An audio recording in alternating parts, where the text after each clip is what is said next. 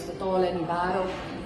Dit is ook 'n verskriklike kleurvolle taal. Afrikaans bly nog vir my altyd, afgesien van my moedertaal, nog die mooiste en die beste beskrywende taal wat daar is. Joel, die rede hoekom ek dit gekies het is, hy gooi so baie die mensheid van, as ons seker gesprek het en ek sê hulle, kykie, ek wil goed Joel toe gaan, as hulle like, okay, wat is Joel? Gaan Joel sê iewes? Ek hou van Afrikaans, dis my moedertaal, ek kan my daarin uitdruk, ek kan daarin bid, ek kan alles doen wat ek graag wil. Daar's min tale wat so baie kan sê met so min woorde.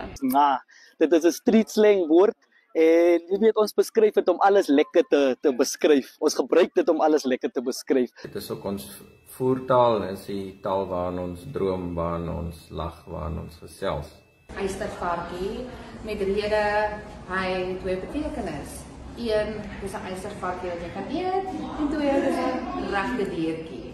En dit is romanties en dis 'n mooi manier om vir iemand te sê presies hoe jy voel.